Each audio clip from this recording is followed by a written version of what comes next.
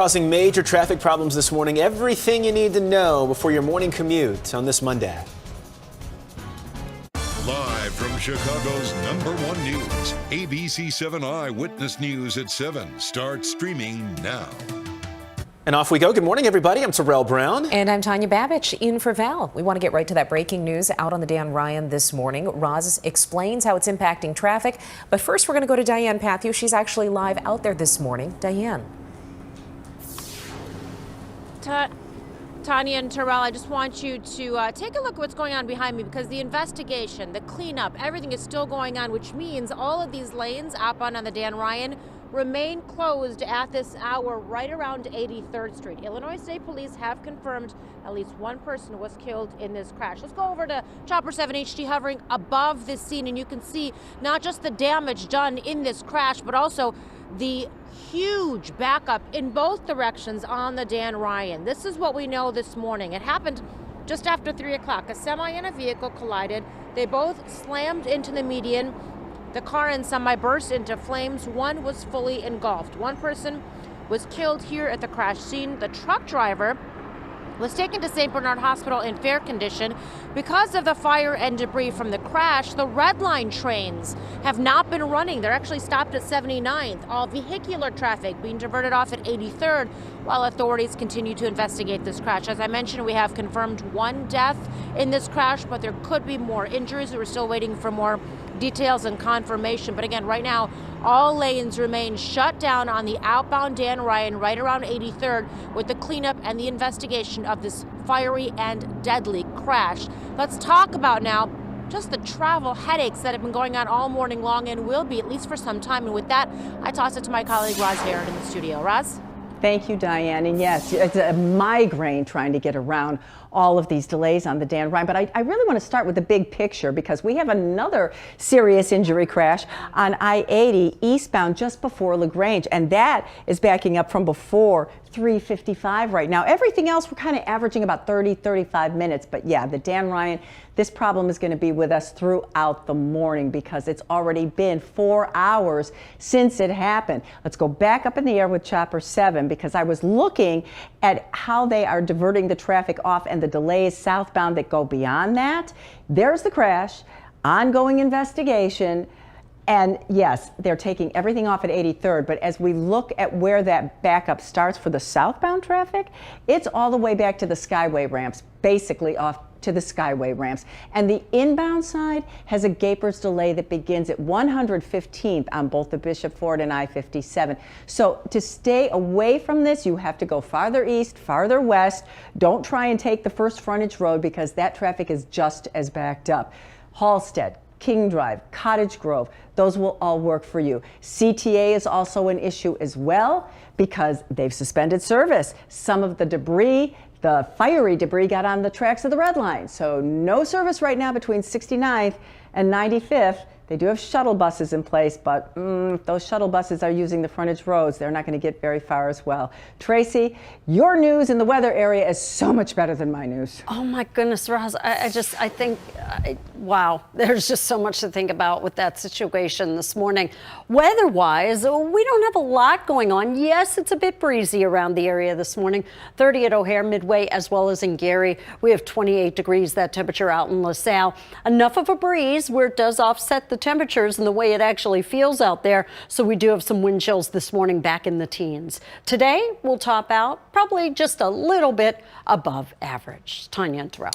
Tracy, thank you. 4 past the hour, got an update on a situation that was breaking last night. A man is in the hospital right now, shot during a carjacking on Chicago's southwest side. This happened at 65th and Cicero, not far from Midway. Jessica D'Onofrio joins us live from Christ Hospital, where that victim is being treated. Jessica.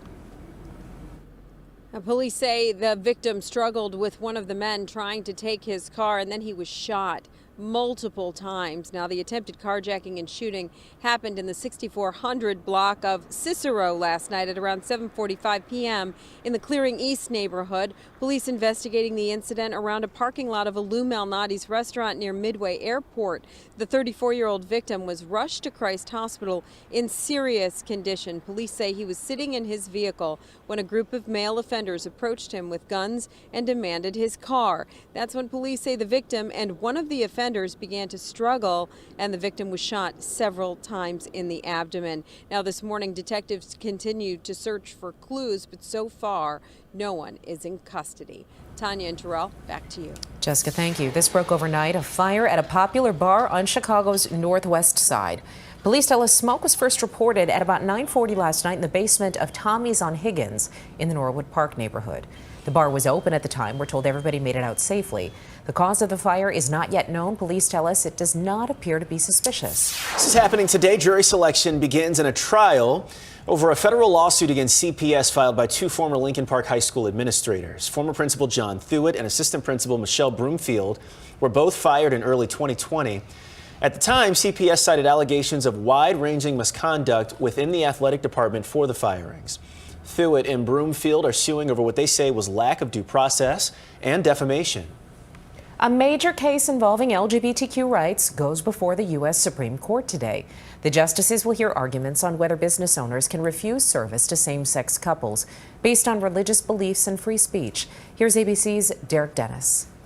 This morning, whether it's baking a cake, if it's not something I will say, then it's not something I will write on a cake, or designing a wedding website. I am a Christian, and as a Christian, I believe that marriage is between one man and one woman. The Supreme Court is set to decide whether a public service can be denied based on a person's constitutional right to free speech versus equal LGBTQ rights. It stems from a Colorado case brought by website designer Lori Smith, appealing to the Supreme Court not to be fined or otherwise punished under Colorado law for refusing to work on an LGBTQ-themed project, saying it would violate her religious beliefs. I'm never refusing a project based on who's requesting the work, but the message that I'm being asked to pour my time, talents into promoting and celebrating.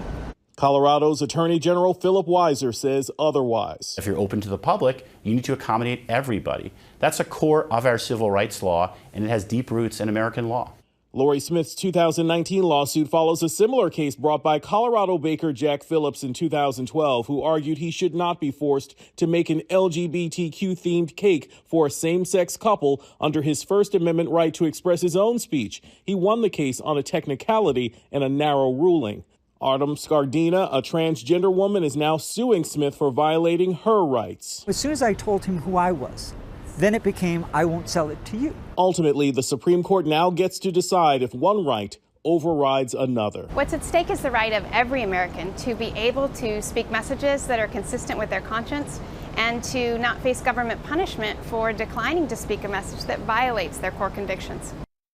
If the Supreme Court rules in favor of service providers, it could have a sweeping effect, essentially carving out a legal exemption for business owners to deny any kind of service based on their personal beliefs, giving them an overriding right to say no.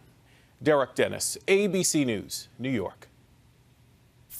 Happening later this morning, the Illinois Supreme Court will officially become majority female for the first time in state history. Elizabeth Rochford and Mary Kay O'Brien are being sworn in today. The ceremony for Justice Rochford is this morning. Justice O'Brien will be sworn in this afternoon. Last week, Justice Joy Cunningham was sworn in, and she is now the second black woman to serve on the state's highest court. You're live in local news, just getting started. We're streaming out loud this morning. When we come back, the Dancing Grannies return to the Waukesha Christmas Parade a year after that awful day. But first, Tracy has your AccuWeather forecast. She's checking on a chance for rain that could turn into snow later this week.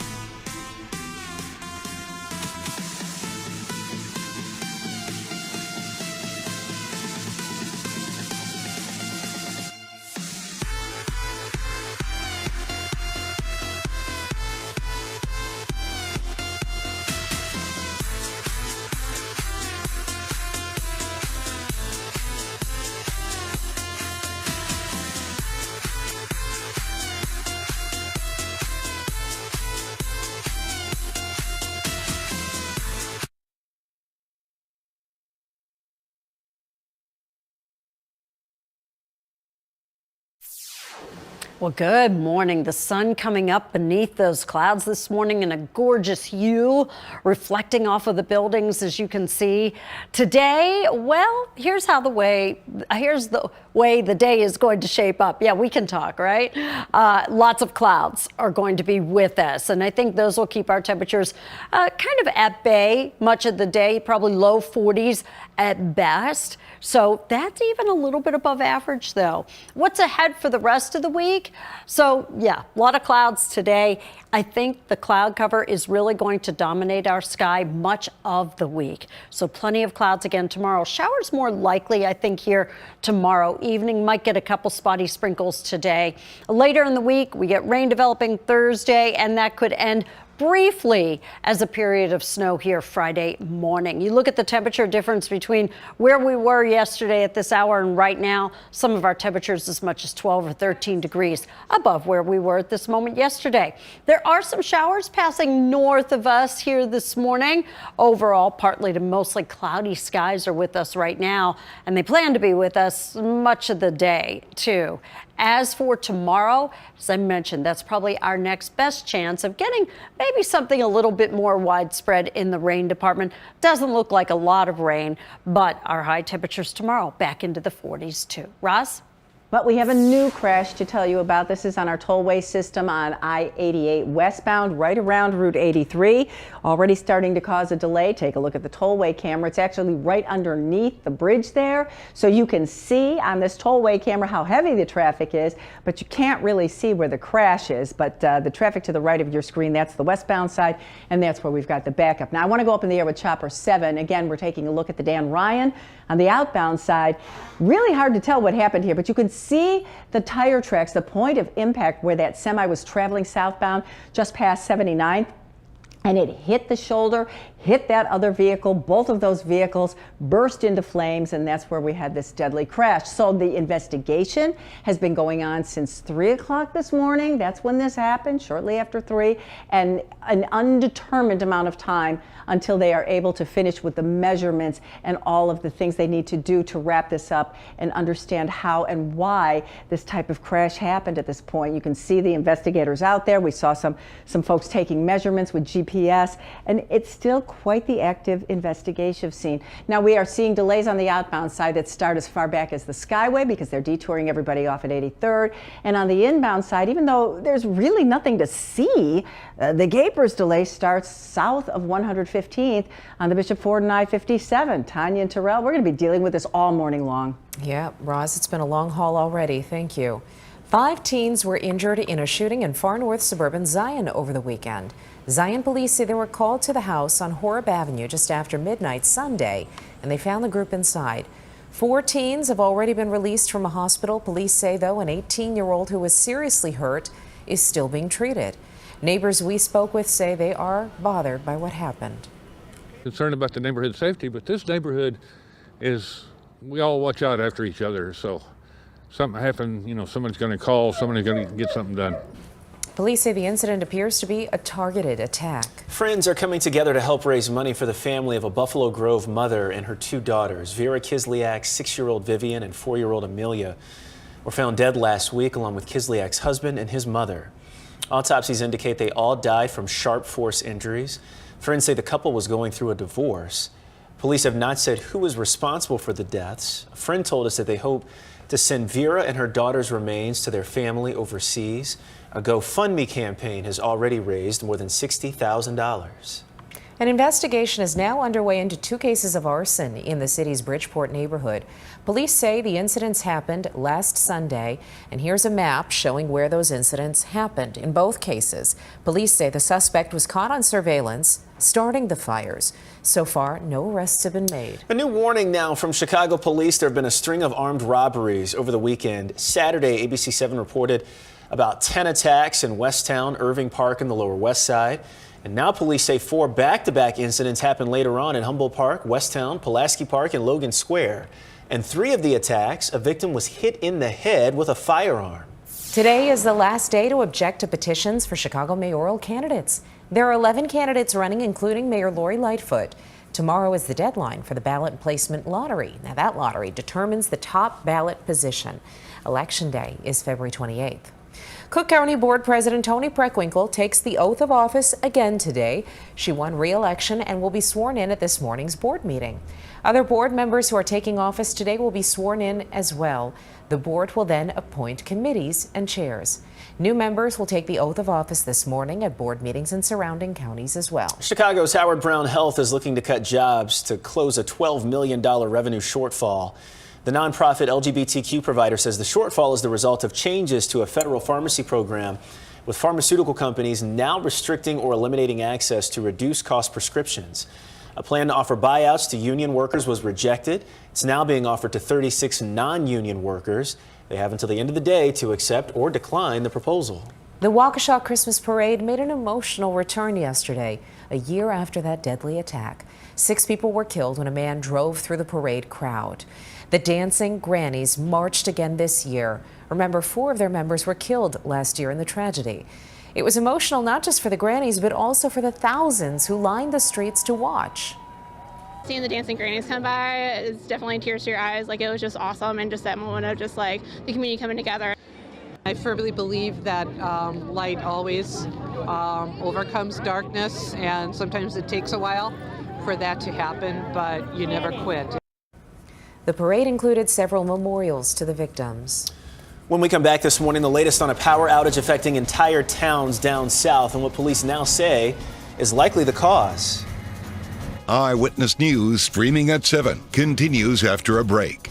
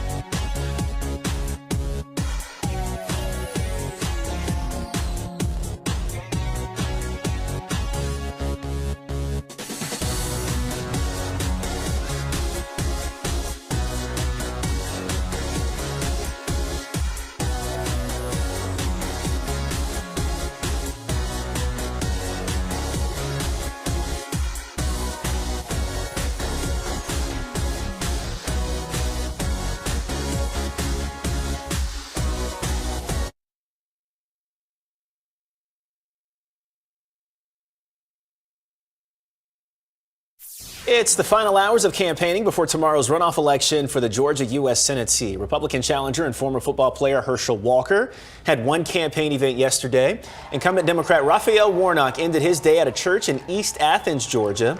Democrats have locked in control of the upper chamber, but a Georgia win would tighten their grip. A Republican win could stall the president's agenda and possibly give the GOP an edge in 2024. We are learning more about that big power outage in North Carolina that is affecting tens of thousands of people. Yeah, police now think vandals are to blame for this, and they're investigating whether it's related to protests over a local drag show. ABC's Rhiannon Alley has more.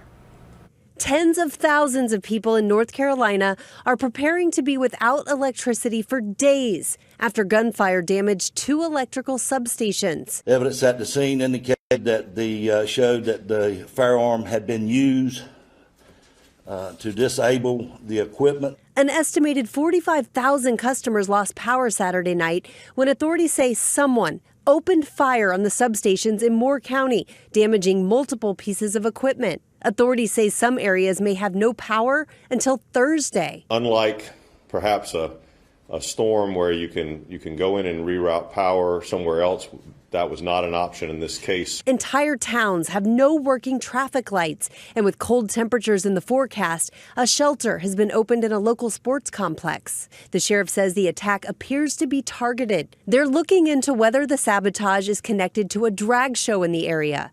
Earlier Saturday, a crowd gathered outside a theater to protest a drag show that night. The theater lost power 40 minutes into the show. The audience using their phones to light the room. Whenever we band together and we come together, we are stronger than any sort of opposition that we are met with. Since the shooting at Club Q in Colorado Springs last month, authorities say hate speech targeting LGBTQ people has increased online. In North Carolina, authorities say there is no evidence yet connecting the drag show and the attack on the power grid. No group has stepped up to acknowledge or accept that they're the ones that done it. So, yeah, I call them cowards. Rhiannon Alley, ABC News, New York. All right, we're going to link up with everybody that's watching Good Morning America right now. I have a news update on TV in just a bit. And when we come back, family fun across Chicago. The Chicago Park District opening up online registration for winter programs today.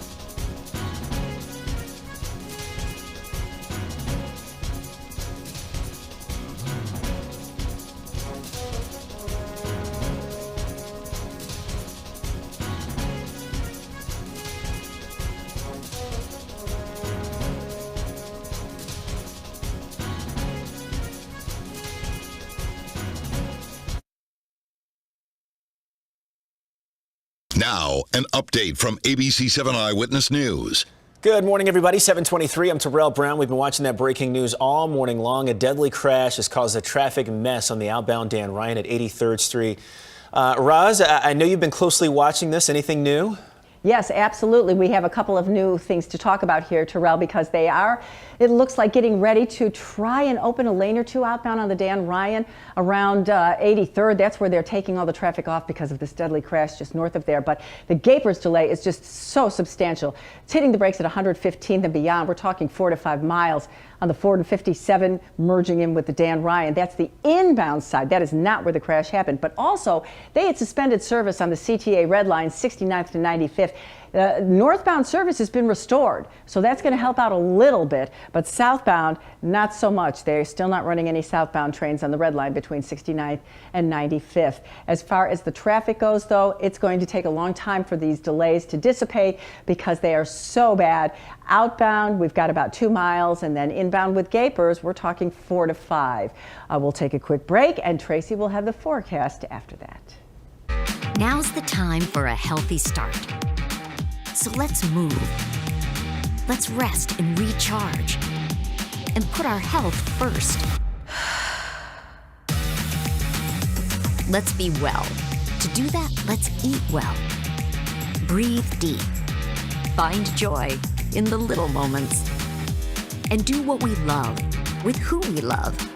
Together, let's live well. Advocate Aurora Health.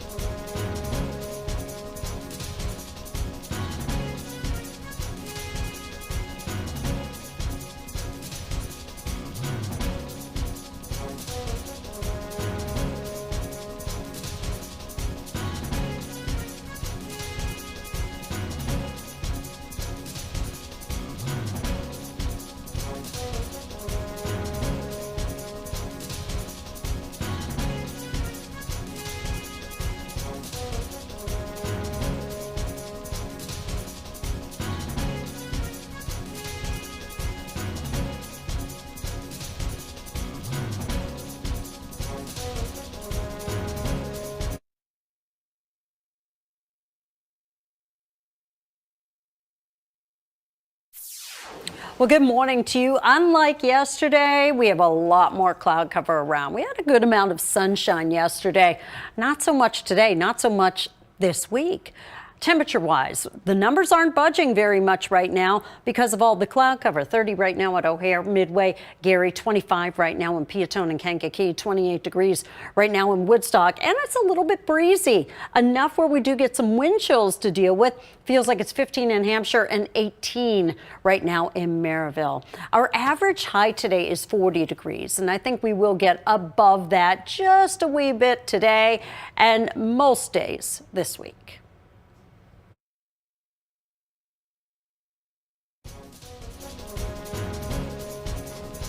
A little bit of blue out there in the sky this morning. We'll take it while we have that.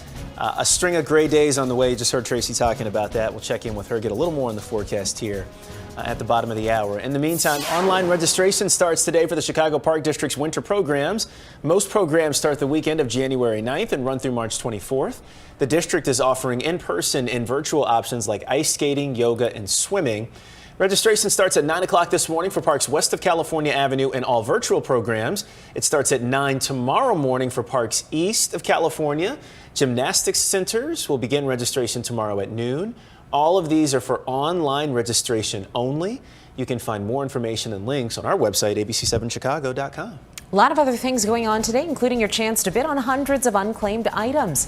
We'll tell you about the Illinois State Treasurer's auction when we come back. And as if having a title of nobility isn't enough, find out which member of Britain's royal family suited up as Spider-Man, and all for a good cause. Coming up next.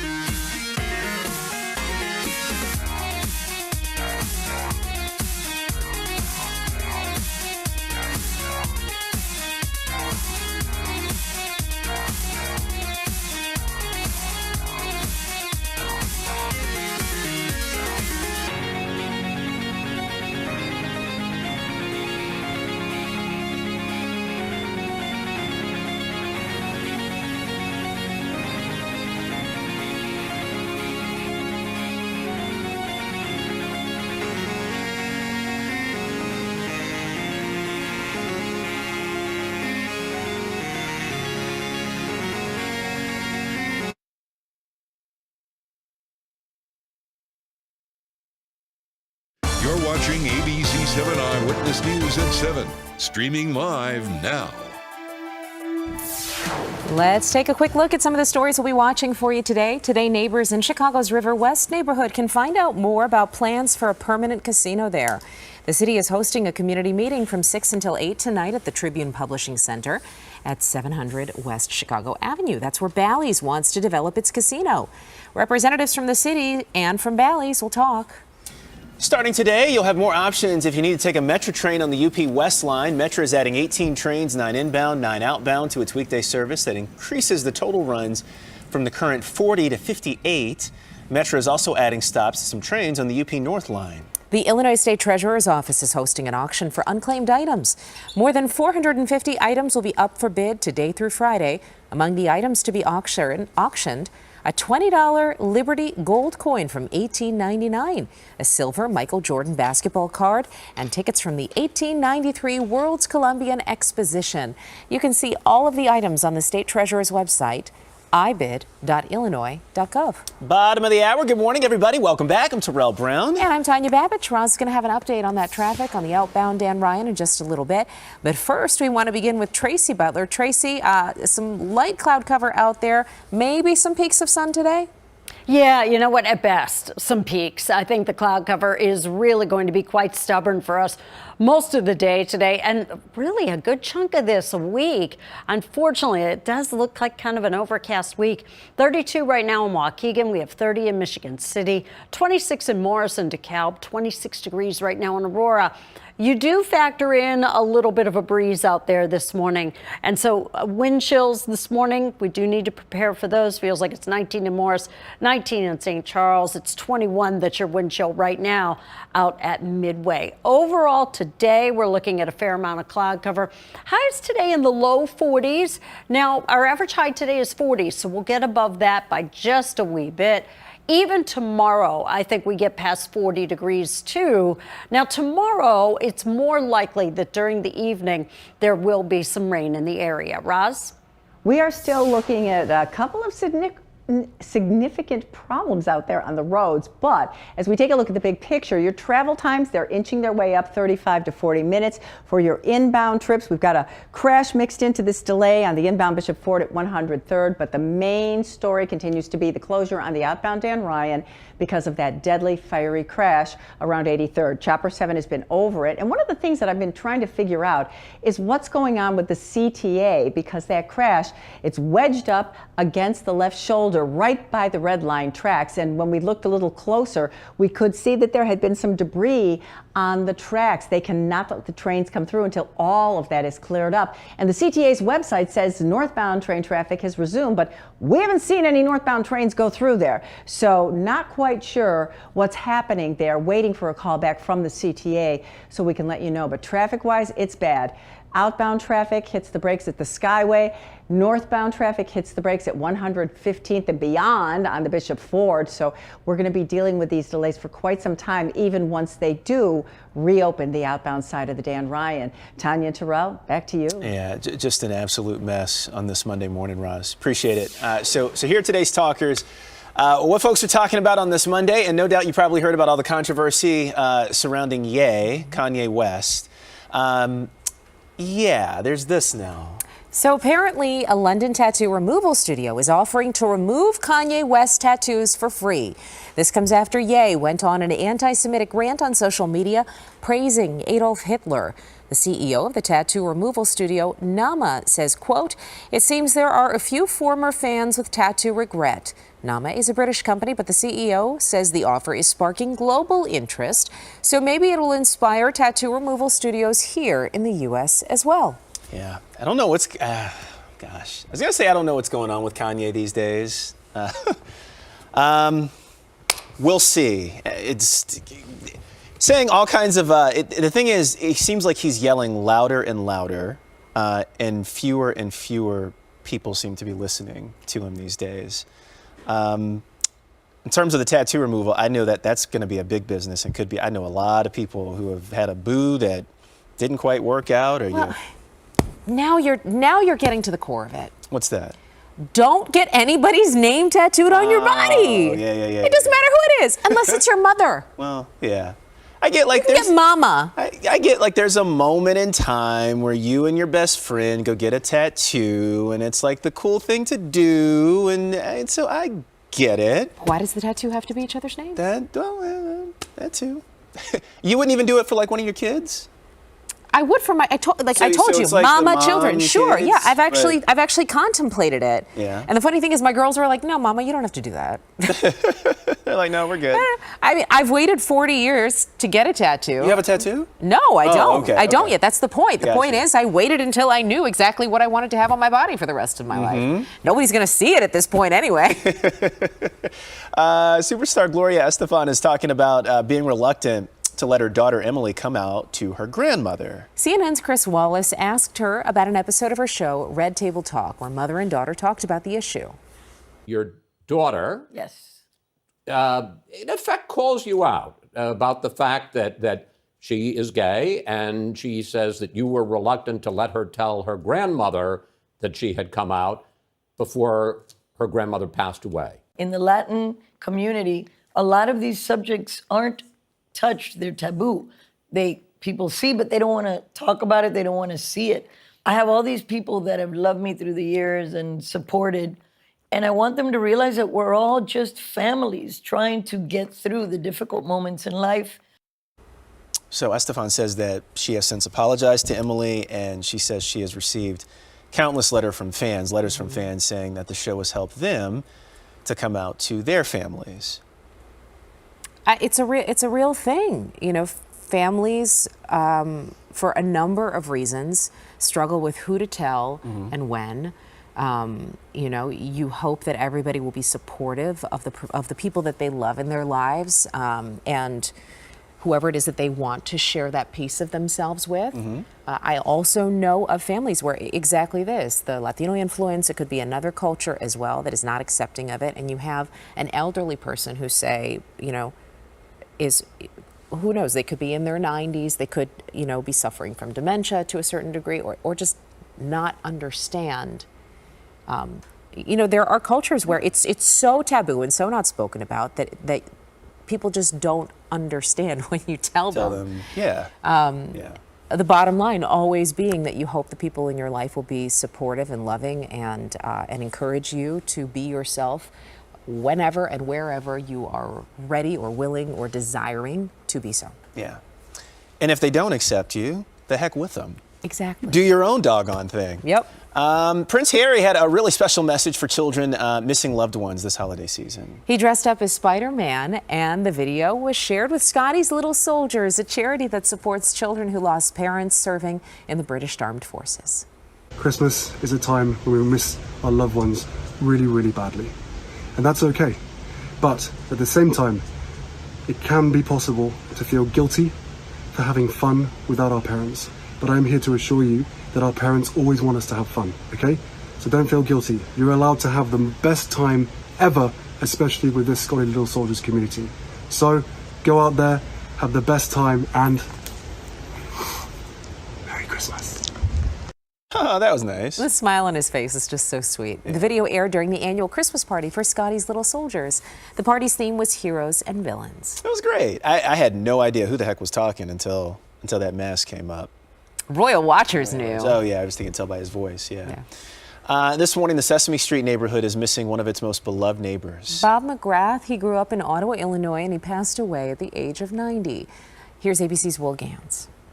Who are the people in your neighborhood? For nearly 50 years, he was one of the people in our neighborhood. Bob McGrath, one of only 4 non-Muppet cast members when Sesame Street debuted on November 10th, 1969. Hi, Bob. Hi. Say hello to Sally. She just moved into the neighborhood. Hi, Sally. McGrath proved to be the perfect foil to Oscar the Grouch, who was orange in the early days of Sesame Street. Boy, wait till I move out. You'll miss me, boy. Okay, Oscar. I'm sorry. McGrath was one of 5 kids born on a farm in Illinois in 1932. His mother was a pianist, and Bob began performing at the age of 5. He spent many years on stage until he was recruited by a former fraternity brother from his time at the University of Michigan to join Sesame Street, where he would remain for 46 seasons. In 1989, Charlie Gibson asked him about his legacy. I guess the thing, I really enjoy working with and for kids, and seeing when a kid gets a new idea and runs with it, seeing what happens to his mind. As a father, you know that's tremendously thrilling. When asked about his favorite scenes that he ever filmed for Sesame Street, McGrath said this one, which took place following the death of Mr. Hooper on the show. You're right, Big Bird. It'll never be the same around here without him. But you know something? We can all be very happy that we had a chance to be with him and to know him. And to love him a lot when he was here. Bob McGrath was 90 years old. He's survived by his wife, 5 children, and 8 grandchildren. Sesame Workshop saying in a statement, "We will be forever grateful for his many years of passionate, creative contributions to Sesame Street and honored that he shared so much of his life with us." Will Gans, ABC News, New York. Wow, 90 years old. 46 seasons. I know it. It's amazing. The show itself was started in 1969. So he was there for almost all of it. Yeah, awesome.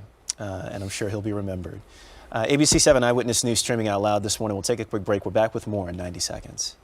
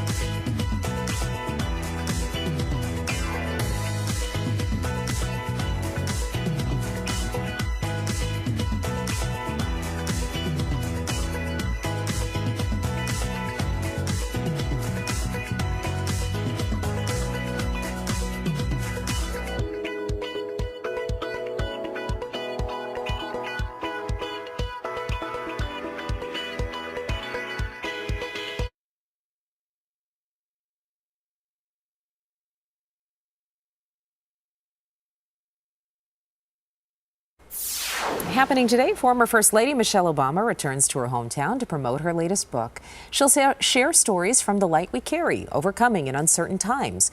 Her 2 nights at the Chicago Theater are part of her 6-city national book tour. Mrs. Obama recently sat down with Robin Roberts to discuss themes from the new book. David Letterman is going to be tonight's guest moderator. There were a lot of famous faces at the annual Kennedy Center Honors last night. President Biden and the First Lady introduced this year's honorees, including George Clooney, singers Gladys Knight and Amy Grant, composer Tanya Leone, and rock band U2. Biden called them an exceptional group of artists who embody the very spirit of We the People. Also in the crowd last night, Nancy Pelosi's husband, Paul. He made his first public appearance since the attack on him at his home back in October. The president acknowledged Pelosi with a fist pump, and the crowd gave a round of applause. Today is the 121st birthday of Walt Disney, and there's a party in Chicago. Fans will gather at Disney's birthplace in the Hermosa neighborhood to honor the American icon. They'll celebrate at the home on Tripp Avenue at 5:30 p.m. Disney is the parent company of ABC7. All right, let's go. Let's go outside, see how we're looking right now. 31 degrees, got some clouds out there right now. That's going to be kind of the story of the day, right, Trace? It really is. That's what you see is what you get. And that is really going to be the story much of the week. I see very limited amounts of sunshine in our forecast for the week. Now, tomorrow, I do see showers that will be a little bit more likely than today. If we get anything today, it's going to be very spotty. Rain also develops Thursday, and it could end briefly as a period of snow here Friday. Our temperatures out there this morning are about 11, 12 degrees above where they were at this hour yesterday. Skies are partly to mostly cloudy around the area. We take a peek at our futurecast, and this gives us some guidance on what to expect, where and when. And you can see just a lot of cloud cover as we run it through. Here's tomorrow, 6 p.m., and you can see some showers that start to make their presence known. Here's 8 o'clock tomorrow evening, again, some showers then. As you look in the coming days, the best chances for precipitation in our forecast this week are going to come Thursday and Friday. Thursday, this looks like mainly rain, and then it may transition and end as a period of some snow or be mixed with rain here Friday morning. So far the weekend, I'm not playing up precipitation chances for the weekend just yet. There's been some back and forth with some of the models with that. 30 right now, mostly cloudy out at O'Hare. Our wind chill is 22 degrees. It is 30 in Gary, 30 right now in Oak Lawn, 30 in McHenry. We have 26 in Hampshire, 28 in Ottawa, 26 degrees in Pontiac. You go beyond our region, you see everybody kind of in the same neighborhood with the temperatures. 28 Grand Rapids, 28 in South Bend, 32 right now in Davenport. Today's high temperatures, low 40s. Our average high today is 40 degrees. We'll get above that today and tomorrow and Wednesday and Thursday. Friday will be right around 40. Then the weekend, highs only in the 30s, and it looks like gray skies are going to be with us much of the weekend too. Roz? Well, we start with a Metra delay. This just came across on Union Pacific Northwest line. Train 634 has been canceled because of a mechanical problem. 632 will make additional stops so it can accommodate those passengers. But some of those folks, you're going to be late this morning. A lot of folks are going to be late if you're driving in, and we're talking particularly about the Dan Ryan. But the rest of the travel times are starting to build. We're averaging between 35 and 40 minutes on most of the inbound expressways. But the Dan Ryan, the outbound side, remains closed between 83rd and 87th. All the traffic still being detoured off at 79th after that earlier crash, that deadly fiery crash that happened shortly after 3 o'clock this morning. They are making progress getting the investigation completed and cleaning things up, but look at the outbound backup. It starts at 43rd, and then the inbound Gapers delay extends down to both the Bishop Ford and I-57 south of 115th. So even when they do open things up, it is going to take a long time for that traffic to dissipate. They have also disrupted service on the CTA Red Line. Now they interrupted service, stopped it completely in both directions between 69th and 95th. We did hear that they were trying to get some of the northbound trains through, but when Chopper was over it, we weren't seeing it. So I don't know, you may still want to take the detour. We've got a crash in Bedford Park at 65th and Oak Park Avenue, so we've got local police dealing with that. But fortunately, none of the tollways have any delays at this point. We did have a crash westbound on I-88 around Route 83, but they have cleared that, moved it to the shoulder, so just a very localized delay at that area. And we'll have another look for you coming up in the next 10 minutes or so. Tanya and Terrell. Sounds good. Thank you. Coming up next, concerns at local animal shelters overflowing with pets. We'll tell you how you can help out. And Sue the T-Rex is about to lose a piece of herself. Find out why scientists are at the Field Museum right now.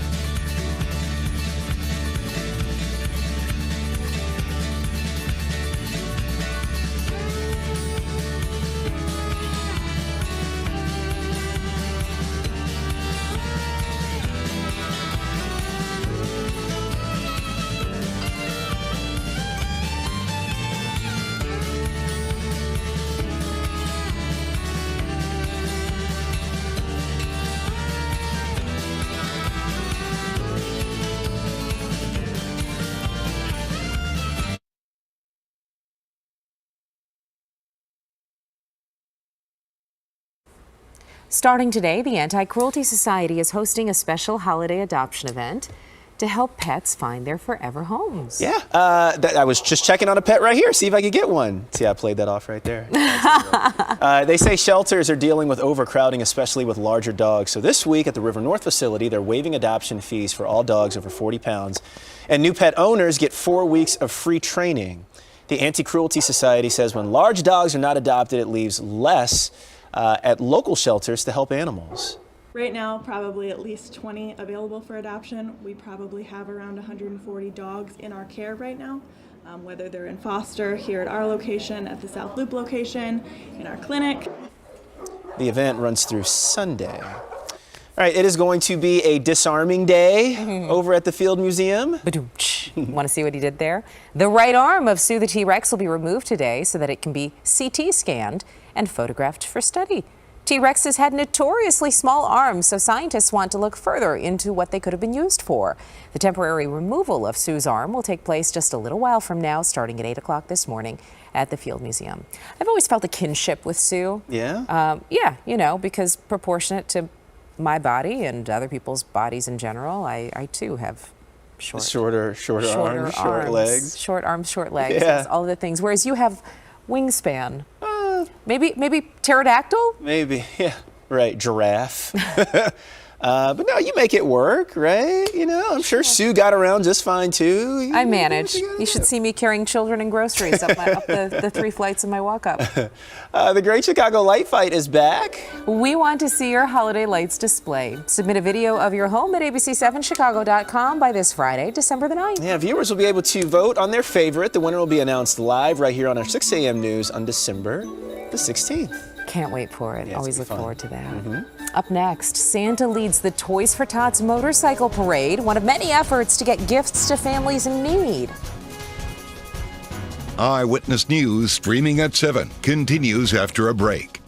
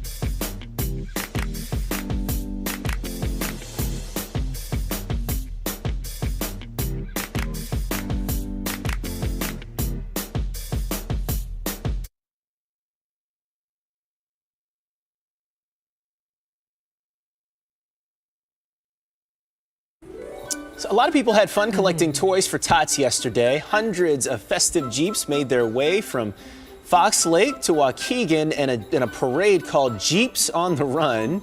This year marked its 10th anniversary collecting presents. I love all the decals and the decorations. Very cool. And a sea of motorcycles carried toys, and it roared through Chicago's South Side. Last year, the 45th annual Toys for Tots motorcycle parade provided gifts for more than 50,000 kids. Nothing like seeing a squad of bikers with teddy bears on the back of their bikes. How fun. That's cool. ABC 7 has kicked off the Disney Ultimate Toy Drive with the U.S. Marine Corps Reserve's Toys for Tots Foundation. So the goal here is to collect 100,000 toys. And there are several ways that you can give. You can purchase a toy to donate at shopdisney.com through December 24th. You can drop off a toy at any one of several locations throughout the Chicagoland area through December 21st. Or you can join Tracy Butler at our Stuff the Truck event this Saturday, December 10th at Apple, Chevy, and Tinley Park. We've posted more information at abc7chicago.com. All kinds of ways to give, and the beautiful time of year to do it. That's going to do it for us on this Monday. For Tracy and Roz, I'm Terrell Brown. I'll have another update. And by the way, Tracy and Roz are back with updates during Good Morning America. I'm Tanya Babich, and from all of us here at ABC 7, we hope you have a great day. We'll see you again tomorrow morning at 7.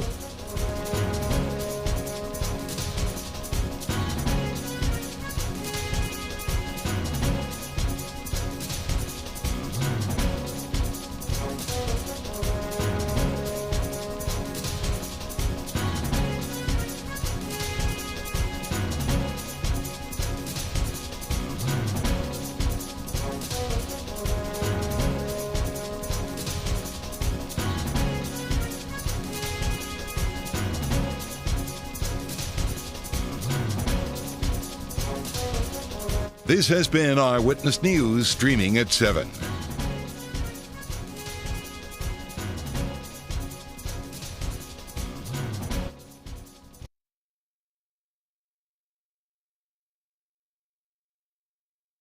Now, an update from ABC 7 Eyewitness News. Good morning, everybody. 7:56. I'm Terrell Brown, still watching breaking news on the outbound Dan Ryan this morning. A deadly early morning crash that has set off a traffic mess. I want to get straight to Roz. Roz, you've been watching this all morning long. How are we doing now? I have, Terrell, and this has been a slow and painful process. It's just terrible. One person was killed, and traffic is just a nightmare. Now, that's video from Chopper 7. They went back. This is live. Take a look at Chopper 7 live right now, because they're making some progress trying to get all that wreckage cleared from the scene. There we see a couple of the IDOT trucks. They're trying to pull away that semi so they can get some of these lanes reopened. You can see they've salted the pavement because it was very slick with the fluids that were spilled, of course, putting out the fire. So this is still going to be a while till they can reopen the outbound Dan Ryan lanes. Both directions are severely backed up because we've got gapers on the northbound side. And as I was walking in here, I just heard about a crash, serious semi-car crash in Lockport. Route 53 is shut down in both directions at Division. So I don't know what's going on, but we'll take a break. Tracy's forecast up next.